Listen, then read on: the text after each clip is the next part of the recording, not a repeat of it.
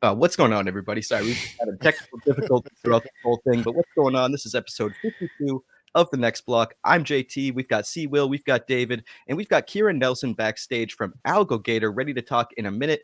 But the markets are moving up, so let's talk about some BTC. Let's talk about some Algo. What are you guys seeing out there? Are you guys excited for this pump or not?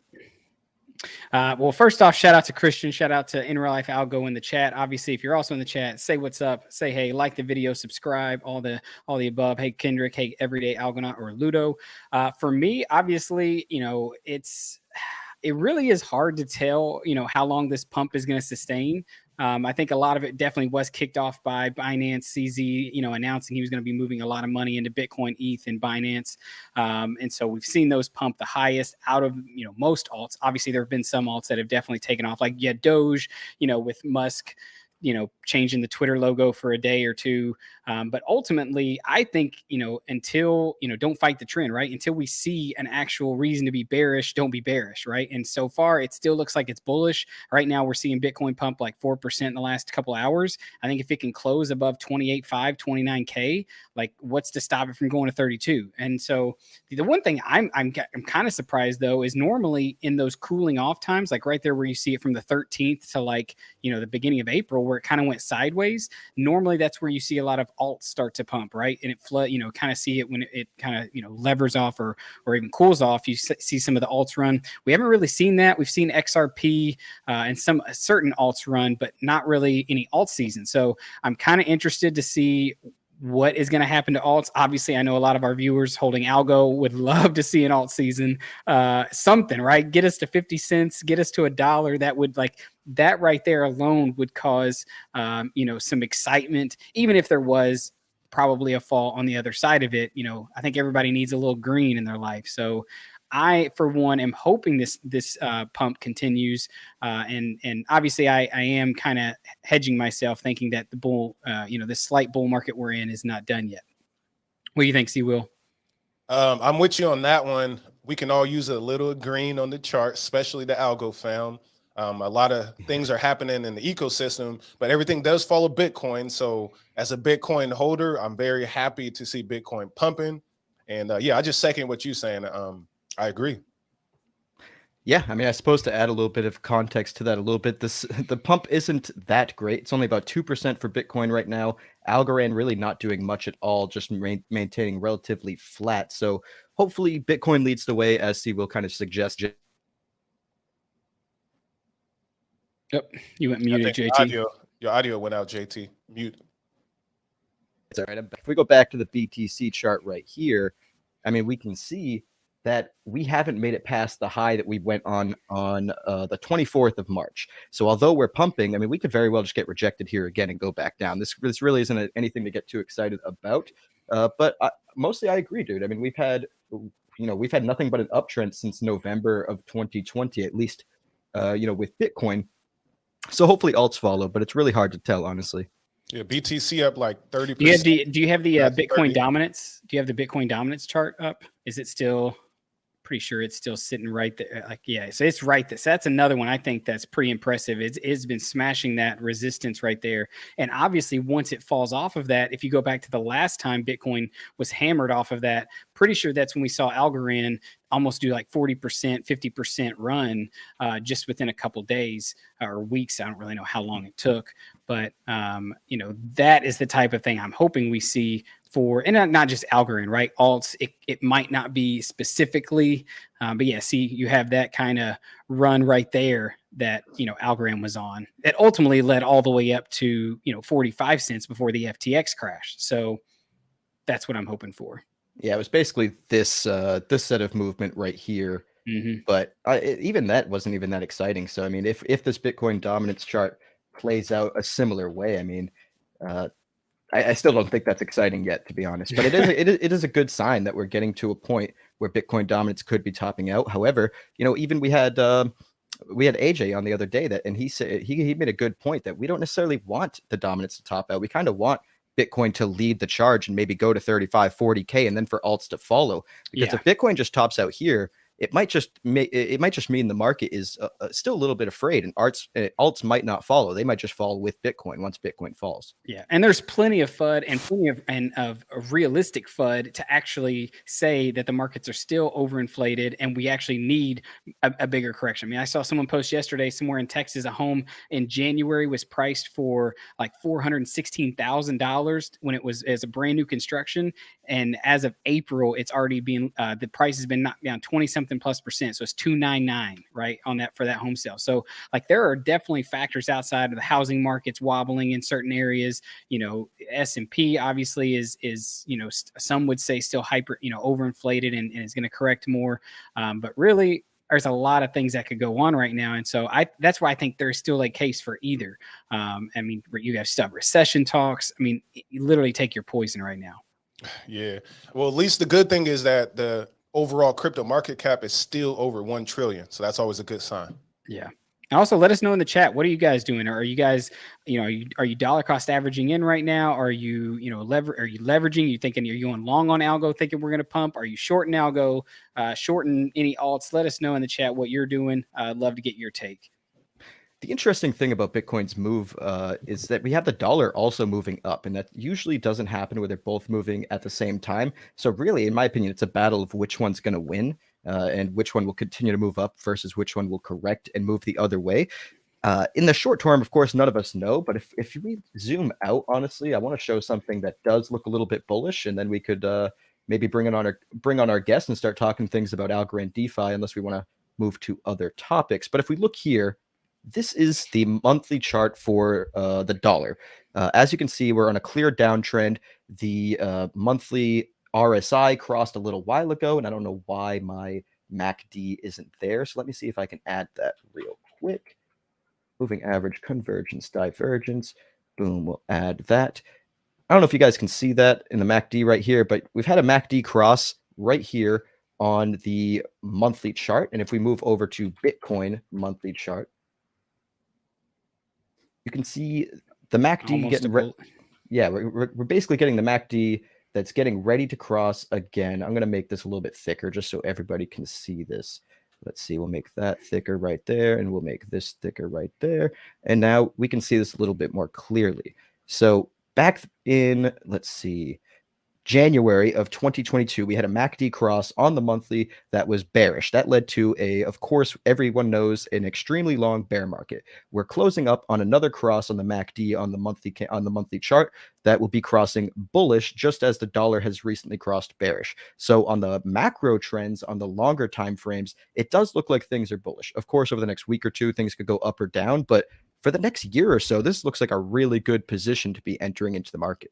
Yeah, I would agree. And that's kind of like, you know, even though there is all the talk of recessions and, you know, you have the Fed who could still come in and do its damage with hiking rates or pausing or whatever they decide to do. But it's still like, even in the midst of all this chaos, there's still opportunity, right? I mean, just look at what Doge did. I know that was pretty much all put on by Musk, but Elon. we're still in that super speculative spot in crypto where you don't know what's going to happen the next day that could cause Bitcoin to go from where it's at now to 35K or where it's at now to 25K, right? We are literally in a flux zone where anything can happen. And, you know, you're getting on the tail ends of you know, people probably going to start within the next 6 months talking about the halving cycles, which, you know, me and JT were kind of discussing on Twitter earlier. You know, that gets it. Maybe it's not the halving cycles that cause the pump, but it causes people to want to speculate more on Bitcoin, which, as we saw in past runs, that's, you know, once that halving cycle happens, you maybe do get some red after it, but the next bull run is coming after that. You know what? I do have one more topic. We can talk about it quickly. Is the Shanghai update with Ethereum? Oh, bullish or bearish? What do you think? I'm bullish. I feel like interesting. Why? Is because it's just going to be more liquidity. In my understanding, that's going to be on the market. But we know Ethereum's market cap is so big, miners and everyone made so much money. I don't think it's going to be a massive dump because they want to continue to hold Bitcoin and ETH, the most valuable crypto assets still. So that's my position on it. And you still have to think that there's so many people who, I mean, heck, wasn't Mount Gox, supposed to dump Bitcoin, and look what's happened. I mean, I think those are, I think you're correct. I think there are so many things, so many headlines that try to captivate and make us think, oh, we need to sell the news. We're in a bear market though. Everybody's already sold, like they've sold out a lot of stuff. Now, I'm not saying the market can't go lower, but I feel like if you're making your bets to short the market now, like at best, you may make some profit, but I think at this point you're running the risk of missing it and then trying to, jump back in when the FOMO hits and everything just starts ripping so fast and then you missed out. Like I still think right now through the next 6 to 8 months, DCA into solid things that you believe in. DCA is always the way. Yeah, it is. And like you said, but right now is probably the best time to start entering into some of those positions. Could go lower. Heck, even some of them could, alts are super volatile. They could still drop 50, 60%, but I still think once that the bull flagged, once we do flip bullish, it's going to recover that quick. Will, do you know the date of the Shanghai update? I think it would. I feel like it's in a week. Let me double check. I don't know. I know it's coming up like ASAP. I guess I want to put a little counter narrative to that though. I mean, I do think long term it's not bearish, but I think short term there could be some profits made on a short sale or something like that, at least in the week or two afterwards, because you got to think, I mean, it's a little different than the Mt. Gox release, because the Mt. Gox release is basically a business or a bankruptcy court or whoever's dealing with it at this point that is eventually going to release those funds to the people that they owe those funds to. The Shanghai update is going to have people that staked their own ETH. That's going to be unlocked. So they're going to be free to use it then. They're not going to have to wait for a company to slow drip it to them. And, some of these people have been staking ETH for years at this point, so with all of the, with the recession, with all the calamity in the macro market, I think a lot more people might need funds than people realize. But yeah, I do think it's only going to be short term. It's probably going to be a wick or two that gets eaten up over the course of the next couple of months. It's nothing to be terrified. It's nothing to be terrified of, but I don't think it's actually going to be like at least short term bullish. I got a counter argument to your counter argument. I want to hear it. Well, based on fees, right? There was a chart that came out that ETH had the most fees and then Tron was second. So like 700 million in fees. And I feel like as a staker and miner, you want those fees. Right. And the thing is, it says April 12th for the update, but we'll see. Yeah. And also agree, but like there's also people, like a lot of stakers that have just are casual holders that staked on Coinbase for more rewards. They don't know all this extra stuff you can do for it. They're just going to get their money for the first time in years and be like, okay, sell, I need some money. So I've been stuck on Coinbase for like, I don't know how long. Right. But how many people do you think have also been buying that ETH, staking it, and we're buying at above prices we're at now? That's why I think short-term bullish, we do see a pump. We see a FOMO pump, something that's meant to make people want to hold on to it. Don't sell it because it's running hot. Buy more, and they catch you in another bull trap where maybe ETH, looks like it's going to start to try to do new all-time highs. Maybe Bitcoin does the same, and then we all get hit with another whammy.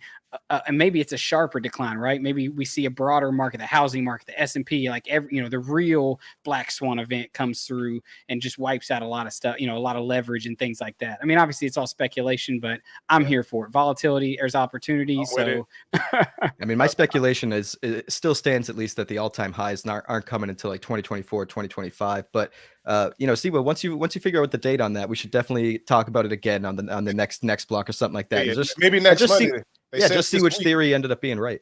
Yep. Because it's really wait and see. None of us know. We don't have magic balls over here. None of this is financial advice. I do have a crystal ball, but you don't use it all the time. Yeah, you got to use it sparingly, 100%. I just have a magic 8-ball from like 6th grade. It never let me down then, so sometimes I ask it. Silly. Well, let's bring our guest on. Y'all ready? Absolutely. Sure. All right. So coming up to the stream, we've got Kieran Nelson. He is a partner and an advocate and I forget your exact title. It's the Chief Business Production. Wait, can you? It's a forward title. Can you do it? Chief Business Development Officer. Chief Business Development Officer of AlgoGator. AlgoGator is honestly a fantastic DeFi tool for Algorand. You can basically do anything from track your portfolio, track your NFTs. And I did see a post a couple hours ago that said that there's going to be even more integrations with all sorts of applications across the ecosystem. So really excited to have you on the stream. Thanks for joining us. Yeah, great to be here. Thank you very, very much for having me. Absolutely. So let's get into it. Honestly, I gave a quick introduction of what AlgoGator is, but I'm sure you could do it a little bit better. So I'll pose that question back to you. What is AlgoGator and why should we all be using it? Yeah, I think you did a good job. I think you did a good high level. I think, okay, so AlgoGator is first and foremost portfolio tracker.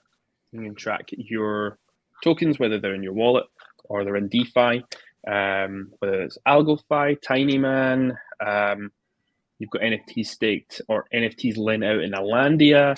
You've got, chips and Algo Casino. We track it. So we track that and bring it all together in a one nice big total. So you can see here is my net worth. And then you can drill down. Thanks, IRL. You can drill down into the different protocols, see the different individual assets that you have in those pools, and kind of go from there. The other side of the coin is that we know that there's Algorand is growing. There's new DeFi protocols coming in every couple of weeks, every couple of months. So we have a thing called opportunities, where we pull together the highest APYs in the ecosystem and show you what they are. That's not financial advice. It's just info that's out there. So we show you the best ones across the different platforms that we have integrated, and we show that specific to the tokens you have in your wallet. So if you've got some Go Mint kicking about in your wallet that you're not doing anything with, it's not working for you, we'll say, hey, do you know you've got a liquidity pool over here on Pact, you've got a liquidity pool here over on AlgoFi, and you could get 50% APY. Here's a little calculation what that might look like over a year, that type of thing. The big news that we've done today, which we're super, super excited about, our first easy LP integration, which is doing TinyMan first. So you can find that opportunity, you can find the highest APY, and then you don't have to go anywhere. You can click the button and you can you can join that liquidity pool direct on AlgoGator. And that's single-sided or double-sided. So you can just put algo in to hey, day by USDC pool. We'll convert it for you via Deflex and get you the best rates, and then stake them for you, and then it's updated on the site for you, and you can track that as it goes. So that's the first one. Other AMMs, I think Pact is going to be next, and then probably AlgoFi, then Humble, and then that'll be as most AMMs done, the big ones. Then we're going to look at Easy Stake and continue on. Our whole thing at the minute is AlgoGator, Algorand made easy. That's our mission. So make it easy for everyone to use. So I have a quick question. I've seen AlgoGator. I've never or I haven't connected my wallet to it and actually used the product in a while. I know. Shame on me. I will after this show. I'm going to go connect. I'm going to go test everything out. But I'm interested just from a business perspective. How do you actually make money or profit building on Algorand in the ecosystem? Right. It sounds like an amazing tool, but what's the benefit, I guess, to you and your team? Since I don't think there's a token or anything, right? Not yet. But the so revenue, so we've only just we are in the AXL accelerator in APAC, so we're doing that right now. We're halfway through. One of the big things in that is to we got some funding, which kind of gives us a bit of a value, and we're trying to grow that. So we have multiple revenue sources coming on stream. So we've got wallet management, so there's transaction fees with that. Mass opt out. We're putting price alerts in through our integration with Naughty Boy, which is another accelerator cohort member. You can spread the love. And then we've got transaction fees from EasyLP. Very, very small transaction fees, very small, but they all add up over time. We also have our main source of revenue is going to be our premium subscription. So we've got subscriber special premium features that are coming in on the 1st of May. We do have a pre-order up just now. You can get it 50% off.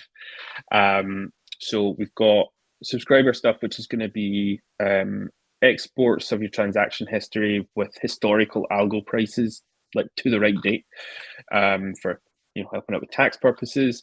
Take those opportunities that we have and compare them in a nice, easy way, like either one's from your wallet or from across the eco, and you can have a look and see how they match up together. We've got, I said, price alerts that are coming in. They're a premium feature. Wallet cleanup, which is the super, just click a button, get rid of all your dust, opt out of all the crap that you have in your wallet. Nice clean wallet at the end of it. Hey, you've saved yourself a bunch of algo right there. Again, transaction fees on that as well. But Hold it's, on, I want to pause right there just because I have yeah. a question. So this is coming, and this is, I think a lot of people had this issue with the whole algo hack that happened recently with having to move wallets, rekey wallets and stuff. I moved my wallet, but I actually have not found a tool to actually, like, I think I have like 48 algo that is locked into smart contracts or pools or whatever it is, still on that wallet that I have no idea where I need to go to actually do it. So you're saying that I can actually connect to that wallet, I can connect it to AlgoGator, and I could be able to opt out and be able to get all that algo that's currently locked or just like sitting in my wallet held? Well, right now it's just for assets. So for zero balance assets, we're opt you out, no problem.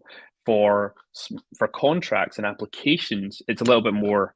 It's not actually. It's just as easy for us to do it, but there is the UI UX problem, which is if you opt out of a contract that you still have tokens in, you're going to have a lot of problems and you're going to get them back. So we want to make sure when we do bring that online that we have the right education and the right UI and UX to kind of to help that out. So if your algo is locked via smart contracts or from opting into applications, we can't help you right now.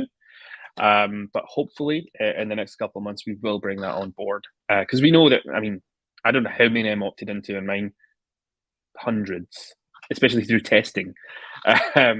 So it's definitely something that's out there that needs to be done, and we'll definitely bring that out. Nice, because I have a lot too, and that's something that's always a concern. I got like 5 wallets, and all of them is stacked with algos from all of these apps I was using. Hey, if y'all have any questions for AlgoGator, please leave them in the comments. Definitely interesting project. So you mentioned Naughty Boy. That's a decentralized communication protocol. How are y'all integrating? What are y'all doing with Naughty Boy? So with Naughty Boy, we have a channel on their platform. And through that, we're going to be sending, to start with, opportunity notifications. So you can opt into that from the 1st. That's when it's going to come out, from the 1st of May. Opt into that, and every day we'll send you the top 3 opportunities as a notification, which you'll get through their site and also on ours. We're getting a new inbox put in. And then on the other side, there's the price alerts. So you can select a bunch of tokens that you're interested in, and we'll give you a price alert notification to say, hey, it's went up or down by a certain amount percentage over time. So that's just the start. We are looking, obviously, we can let people know about new features. We can let people know about tokenization. We can let people know about anything that's happening either with us or, you know, if we had that for when the MyAlgo hack kind of kicked off, we could send a notification to everyone and say, hey, go rekey your wallet, go here and do that. So I think even as a public service piece, I think it's a really good thing. The guys over at Naughty Boy have built a really good protocol. It's early stages, but it's I think it's going to be, if it gets picked up by all the wallets and integrated, it's really going to make a massive difference. And you'll be thinking, how did we ever live without this? Like you do with NFTs. Now, how did we ever deal with 40-character long wallet addresses when I can just type my name in? You know? Yeah. And that's kind of leads me to another question I have. You know, it's easy to compare a lot of projects that are building in the decentralized space to centralized, you know, services. What would you compare, you know, AlgoGator to that maybe is currently in centralized finance or in the realm of centralized finance that you guys are trying to disrupt or, you know, in that, you know, kind of area, I guess? So it's really treasury management at the end of the day. There's so many different pieces out there where you can, if you think of something, I'm in the UK, so sites like Hargreaves Lansdown, who have their own funds, who show you all the funds and give you details about, hey, you could get this, and this is it, and here's your portfolio. It's kind of that kind of thing, very much treasury management, but we do want to make sure that we make things as simple as possible. That's our goal. Our target market is the kind of the medium core user. I've coined that term and I hate it, but that's what I'm calling it. People that, you know, algo might be their only cryptocurrency that they use. That's me. Maybe they came from NFTs, they bought some NFTs and thought, hey, there's DeFi. Let's do a little bit of that. So we're focusing on those group of people. So we want to make sure that jargon is at a minimum. We keep things simple and easy to use. So people might look at our site and say, there's probably a lot more data behind this. I want to know this and I want to know that, and make everything small and in a table just so I can get to the data quick. We want to make sure that for the people that are not used to Web3 as much and are not complete degens, that we make it a little bit easier, a little bit more approachable. That's why if you look at our opportunities page, we've completely designed that to look very similar to like a price comparison site.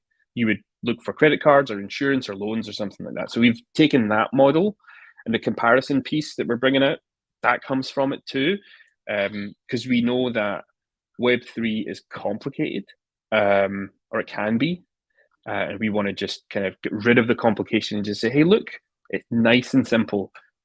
This, take your money. You want to get that rate, click this button, sign the transaction, all done for you. No problem.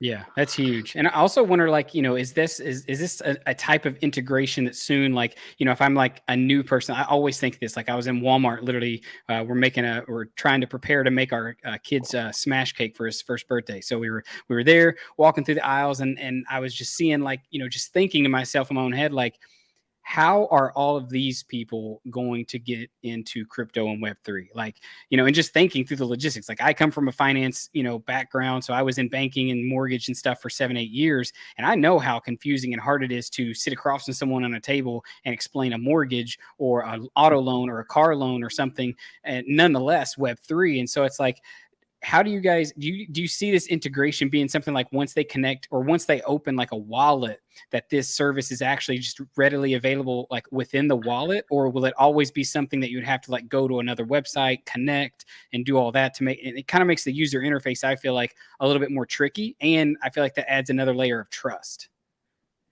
Yeah, I mean, that would be a dream if we can get AlgoGator integrated into Pera. Hey, how good would that be? That was pretty much what Talon, I was kind of insinuating. Call me Talon. But that would be great. What we're doing at the moment, as I say, we're concentrating on that kind of medium group, the everyman. After kind of June, July, as we go into the autumn of this year, that's when we're going to look at onboarding and user education, because we need to do, I know a lot of other developers, a lot of other artists, a lot of other people, including yourselves, are doing a lot to bring people in and to make it not scary and to make it easy for folks. So we need to do our bit. Everyone needs to do their bit. So having a little user journey that people can go on, like, hey, welcome to Algorand. Let's get your wallet set up. This is how you use it. Here's what a seed phrase is, why it's important. And then, do you want to know about DeFi? How deep do you want to go? There's stuff like that. I mean, I can't remember the name of the site, but there's a site on ETH that is basically, you go on and you can just put USD and it just does it for you and invest in a whole bunch of things.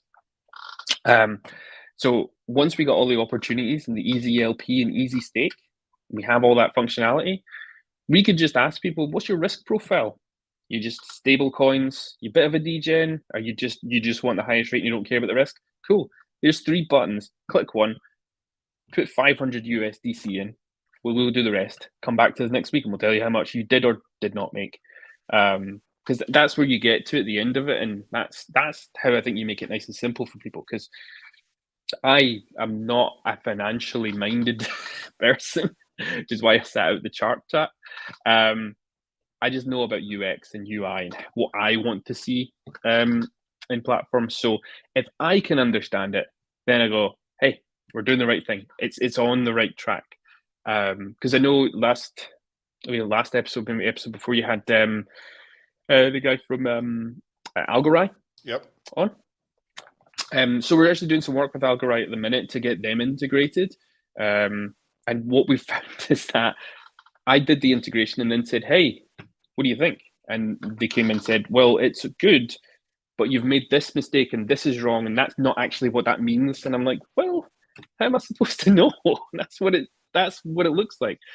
So if the developers are having problems integrating with the platforms, we do need to do some work with education and making things simpler, in my opinion.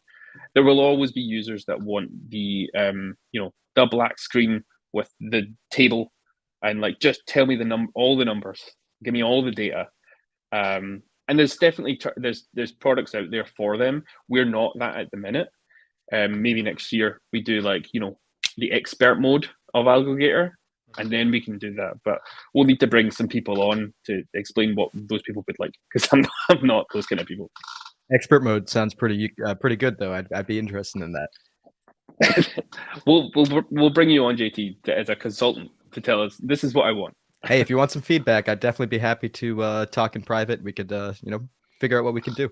Yeah, but that is really Awesome. cool also to hear, how you guys are trying to do like the one click, just easy, being, hey, if this is your risk profile and stuff like that's so needed in this space, because like it's overwhelming for me still. And I've been in this space and I've been in Algorand specific. Like it's not even like I'm just casting a broad net. Like I have laser focused on what Algorand's been doing for like 2 years now. And I feel like it's still, especially with, and this isn't just Algorand centric, but hacks and, the whole trust aspect of crypto is it's hard, right? It's hard to know what you should do, what you shouldn't do, because you don't want to just lose your money. You don't want to click that button, come back the next week and all your money's gone.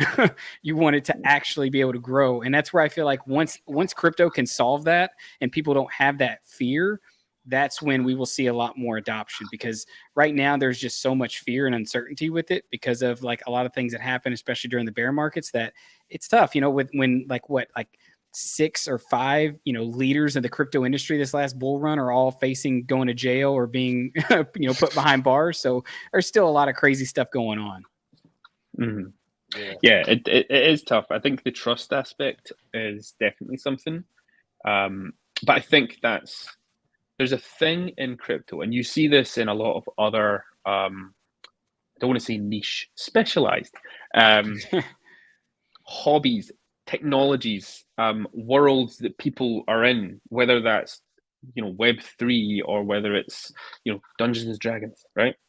There's jargon that is needed to be used. And there's also jargon that people use to make it exclusive, club.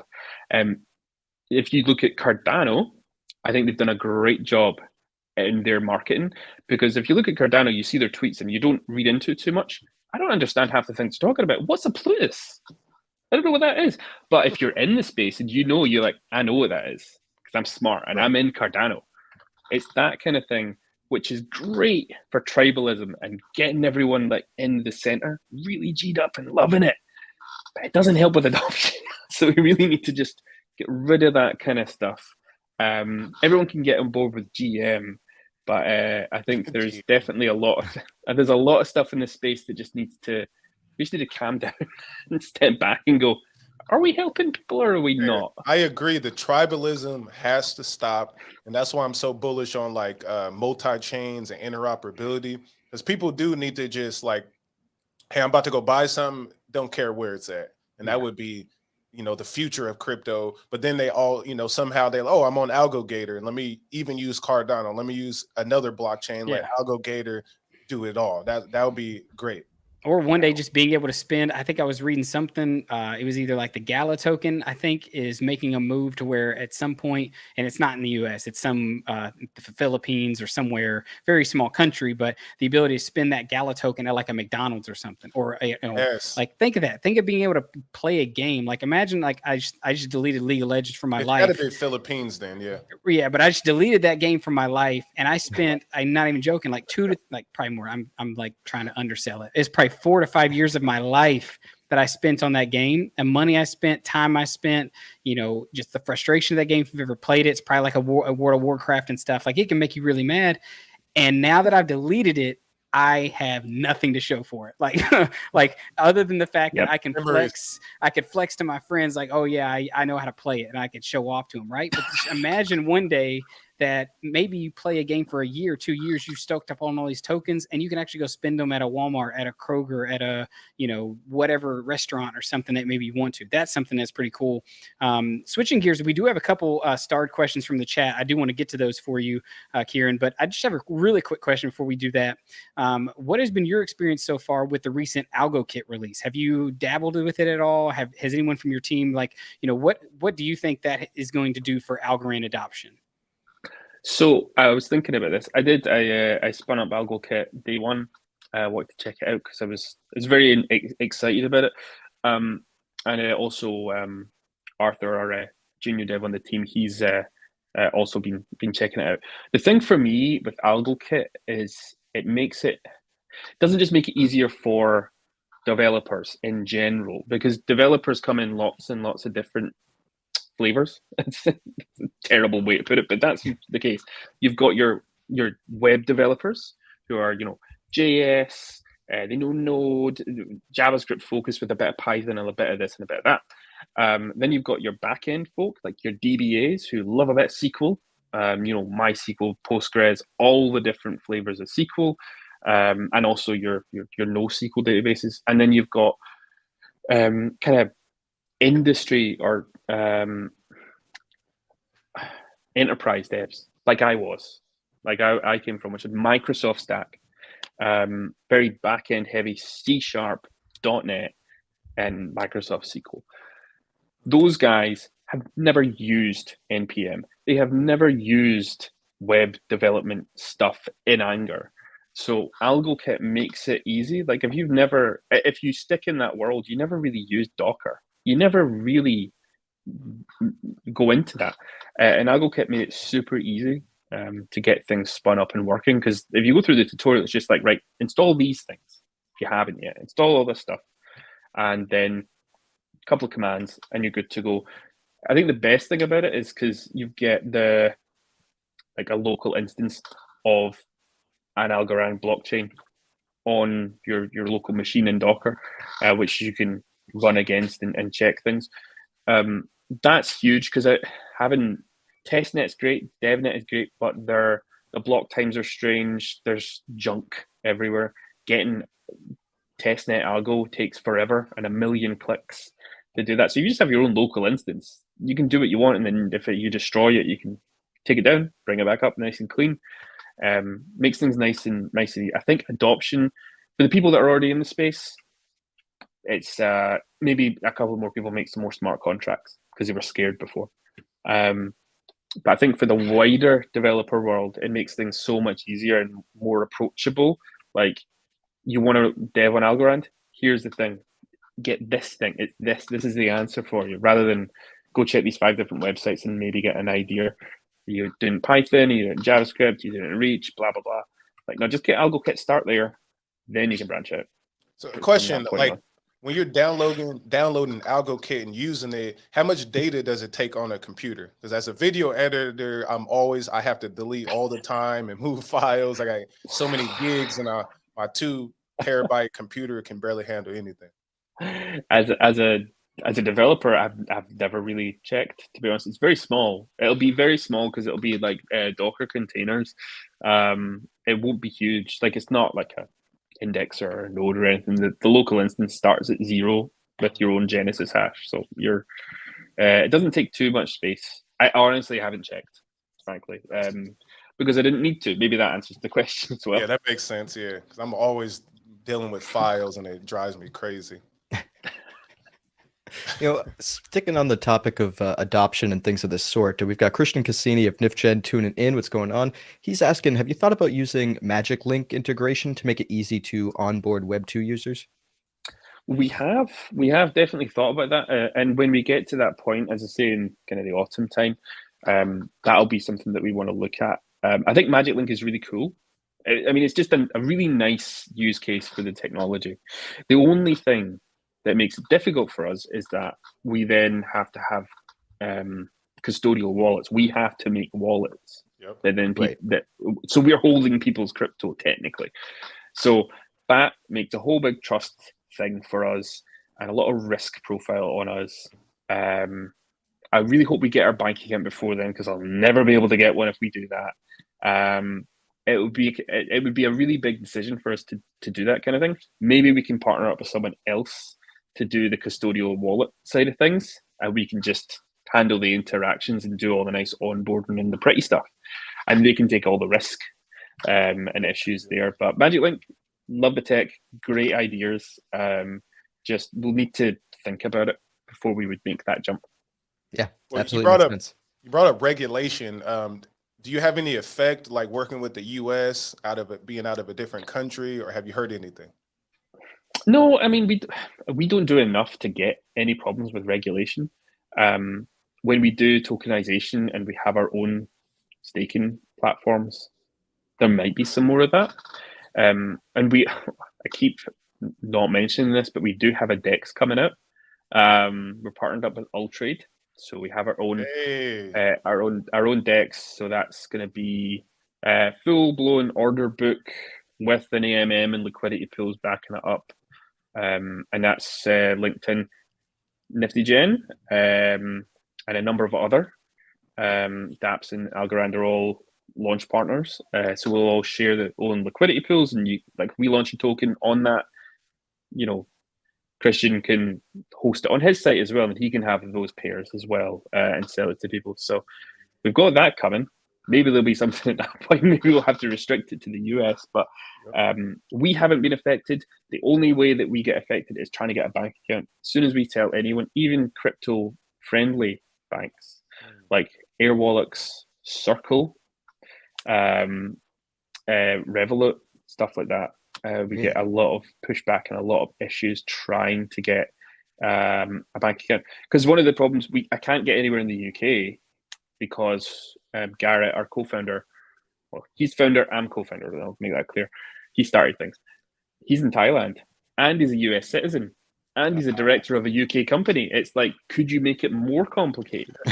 So we have been trying to get a bank account for about 3 months, and it's proven very, very difficult. So that's the only regulation piece that we've kind of hit upon. The whole thing with the US regulation, I find it really strange because in the UK,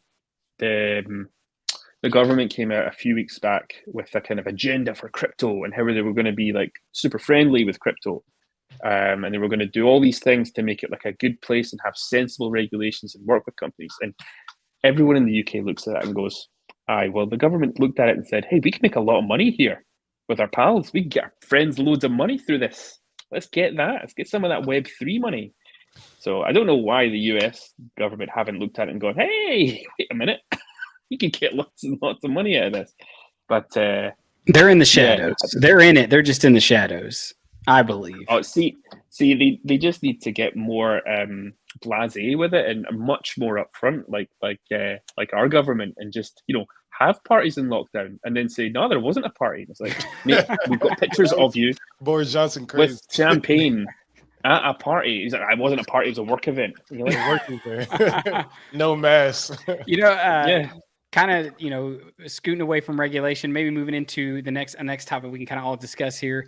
You guys are also, you can have some integration with NFTs, and I believe that NFTs are going to be another big step in bringing adoption. And Algorand obviously has some big moves the past month with NFTs, with the Bondigo, Fly Bondi. Sorry, Fly Bondi with their NFT tickets for airlines, and then you have Lil Durk releasing his shoes, Phygital, I think is how it's pronounced. Physical sneakers and digital, sneakers that'll be able to be worn in the metaverse. One, how does AlgoGator actually, interact with NFTs? What can you do with them on AlgoGator? And then what are your thoughts? And obviously everybody can pitch in on, right now the whole NFT scene on Algorand. So with us, you could view your collection, your creations, your listings, and offers. For your NFTs. We do the same for NFTs as well. And we're going to do the same with proofs of attendance. We need to come up with a new name for proof of attendance because POAP is a terrible name. Terrible acronym. It does not roll off the tongue. But so you can do that with NFTs. We do have our own NFT series coming out to coincide with the 1st of May. That's our launch week. So these are NFTs that are going to give you a premium subscription for life. Lifetime premium subscription. They'll be a little bit more expensive than normal drops. There's only going to be 400 of them. Algeezy's making them. If any of you've seen his work, it's fantastic. It's going to be really awesome. Anyway, so we'll have our own NFTs and we'll be doing a little bit with those that are ARC19, and we'll probably have some kind of roadmap for upgrade systems and all that good fun stuff in the future. With the current stuff that's happening in NFTs, I hope, I saw you got your robot. Yes. I got mine. Very pleased. I only have one robot. I've called him Peanut, and he's my favorite. He's great. He's so standard and boring. I'm just like, that is my guy. He's very. How many robots do you have, David? I have 12. Oh, And I All have right. and technically I have another one on the way. The one I won from the Nimble Insurance thing. I think they're having issues with the whole algo hack and rekeyed wallets and trying to figure out. So they still got to send me that one. But I get half because I helped tag you on there. yeah, I don't know about half. That's a pretty far stretch. I'll give you some crumb that they collect for me. But no, Hey, I that's actually gold dust. right. I know, right? I actually my profile picture now is my favorite one. I love it. I got one of the holographic ones, so it's kind of like I love new skins. I love new iterations because everybody has like a yellow background or the gold skin, but like I like it when there's a new like type of thing. So this one's like holographic. So yeah, I definitely love Crazy Goose Flock. I love what they're doing. I think this whole generative ability to adapt. I mean, I literally have fed my robot 3 or 4 times and he's changed expressions immediately, like after a few Already? seconds. Wow. Yeah. Where do we get the crumbs from? They get You should have got a airdropped. drop. You should have got a Yeah. drop today, actually. Oh, Yeah, if you're not getting it dropped to your wallet, be sure to go on their Discord and verify with their in their verify section or whatever to make sure that they have your wallet and everything. But I still think just like Ethereum was with NFTs, if you're betting on Algorand NFTs, you're betting on disruption, right? That Algorand has something that rest of the space maybe does not. That's the reason why I love supporting the local artists here that are building really what I would say is very cool stuff. I mean, I don't see this type of stuff anywhere else. I mean, yes, I even had a quick discussion on Twitter today about people are saying it's on ETH, it's on Polygon, but it's different, right? The user interface, the user experience is not as easy. And honestly, I just think that what Ventral over at Crazy Goose and Stitch at Mingo's and Mostly Friends, I just think it's a step above a lot of what you're seeing. I just feel, and maybe this is, the Achilles heel for most of Algorand is we don't really hype ourselves up, right? We're too busy fudding. We're fudding our own self at times. And so I do think if the Algorand community could get past that and really start to, get in these spaces and show off, what Algorand can do, Algorand could really take center stage and you'd be surprised. Mm-hmm. Yeah, I think it's awesome. I think what Stitch did with Mostly Friends really opened a lot of people's eyes of what could be done. And shout out to Steen as well at ALGO Portfolio. He's the main dev over there. He did an amazing job. But yeah, loving the robots. I don't have a friend. I don't have a Mingo. No friend. Me either. I have quite a few of those. They're always questing for me. So I'm obviously I feel like my NFT bag technically is about as big as my algo bag. Like David's become an NFT whale. Yeah, I definitely there was an NFD that bought actually one of the robots that looked kind of like mine, and he spent like 1,500 algo. So I was like, maybe I could sell it, but knowing me, I probably won't. But his NFD was, I have overinvested by a lot. And I'm like, that's me. if anything, that is the spitting picture of me in NFTs right now. I have overinvested by a lot. Yeah, I've been seeing your tweets. I'm like, damn. I like to have fun with it, right? I mean, at the end of the day, if you're not enjoying the space, what are you doing? Like, because I'll tell you this, and I think this is the reason why so many people are fudding everything. People are so emotionally tied to their bags and watching them go down that's what gets them so mad. Like, throw some fun in it. Go buy some fucking NFTs. Who gives a shit if they go to zero? Like, I get it. You could go put that $50, $100 in something smart, but guess what? No one knows what's going to go up, what's going to go down. No, that's one knows. kind of where I'm smart at. Anyway. Exactly. Smart? I'll tell you what's smart. I'll tell you what's smart. Buying Crazy Goose Flocks, crafting them robots, and feeding them crumb. That's smart. Feeding them that crumb. Well, Kieran, we're closing up on the top of the hour. I want to give you the chance to maybe bring up anything about AlgoGator that we haven't been able to touch on before. I know you mentioned the DEX that's coming up with Ultrade. We mentioned the token very briefly that there's going to be that, but the floor is really yours. So whatever you want to bring up to make sure our audience knows about AlgoGator, feel free. So I was saying this to a few people. Over the next couple of weeks, you're all going to get sick of my face and our name because we're trying to be everywhere at the moment. As part of the accelerator, our launch week starts on the 1st of May. Now, our other cohort members are launching, maybe bringing out a beta. We've been around a little while. So what are we doing? Premium stuff goes live on the 1st of May. So new features to start with. and we will be building more. We already have a bunch more on the cards for later. Every month is going to be new stuff. We're going to be bringing in vaults for airdrops. So we'll be speaking to some other projects. It would have been great if we had some crumb to airdrop to our subscribers. That would be nice. And then, so that starts then. Currently, that's 50% off at the minute. It's $30 for 3 months, and then it's $20 thereafter. So get in now, get in and be part of it. Because one of the things, and not to put a downer on it, you talked about, Algorand is, the Algo fam are really great at funding themselves. There's a lot, the gap between what people say they will do and what people will actually do in terms of signing a transaction is huge. It's a huge gap, but that's the same in everywhere. So I would say if anyone wants to support the ecosystem, support small projects, help us out, come use the site, get a subscription. You will have lots of cool stuff coming your way that we haven't even announced. That's that. Tokenization, we are hooking up with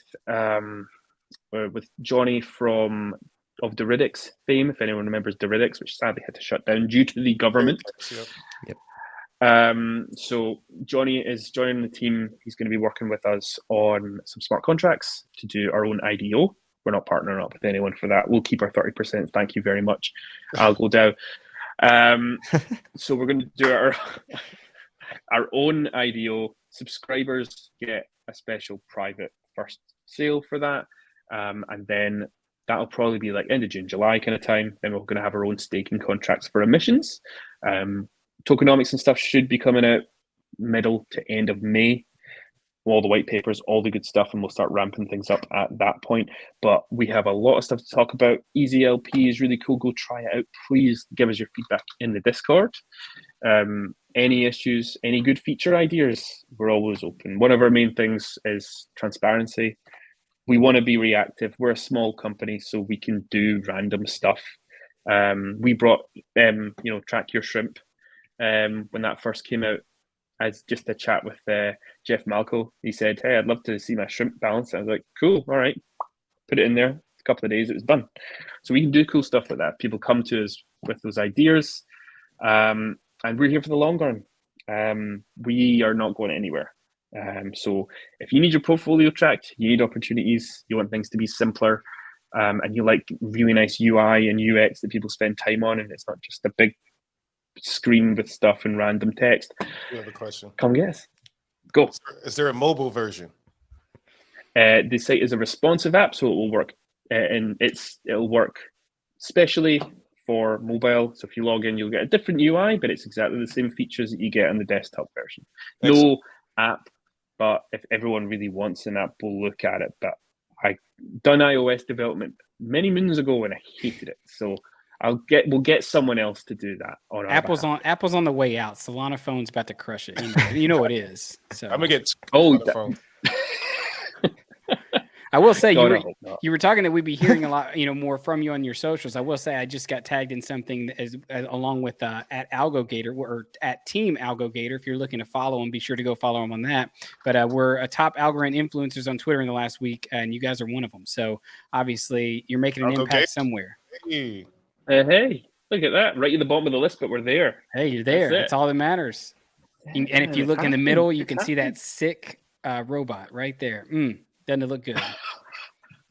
And maybe, I don't know, it's kind of interesting. I wish, oh my God, I wish Elon Musk would change Twitter to be able to adapt. Like, this would be cool. Like, and I swear to you, if somehow Algorand could make this happen, NFTs on Algorand would blow up in another moon. Like, imagine if not only we could get the little hexagonal thing around ours, but say you feed or you do something to your goose or robot or your mostly friend or whatever, and when you do that on the blockchain, it updated on Twitter, right? Like, how cool would that be? Yeah, That would be amazing. Null actually did a very similar thing. So using IFTTT has Algorand integration. So if you can hook that up so it can do it. You could do it if you really, really wanted to. I've got no room in a roadmap but it is possible. But you won't get the hexagonal thing unless you put a mask on it and stuff like that. But you should be able to do it with the ARC 19 changes. So that's I love all the things you can do with NFTs, even especially on Algorand. I just really wish it does seem though at times like the industry is like so entrenched in ETH that they really just don't want to highlight and really push to the front competitors. And I get it. Why would you, right? If you're at that point you are in their case they'd be funding their own bags trying to promote Algorand. It's why most newspaper or all these things that publish articles can't even put Algorand in the title if it's something being built on Algorand. Well, a lot of that's pay to play, honestly. I didn't realize, but through just a tiny bit of research, I mean, they want Algorand to pay them money just to be mentioned in their articles. At some of them, I don't want to mention names. We obviously know the 2 or 3 biggest news sources in the crypto space. But that being said, we're closing up at the top of the hour, Kieran. This has been a fantastic episode. You're welcome back anytime. So feel free to reach out when AlgoGator has something really cool going on. We'll be happy to chat again. And for everyone watching and listening, please hit that like button, subscribe if you haven't done so already, and tune in next Monday at the same time. Thanks for tuning in, everybody. Thanks very much, guys. Really appreciate it. Catch you later.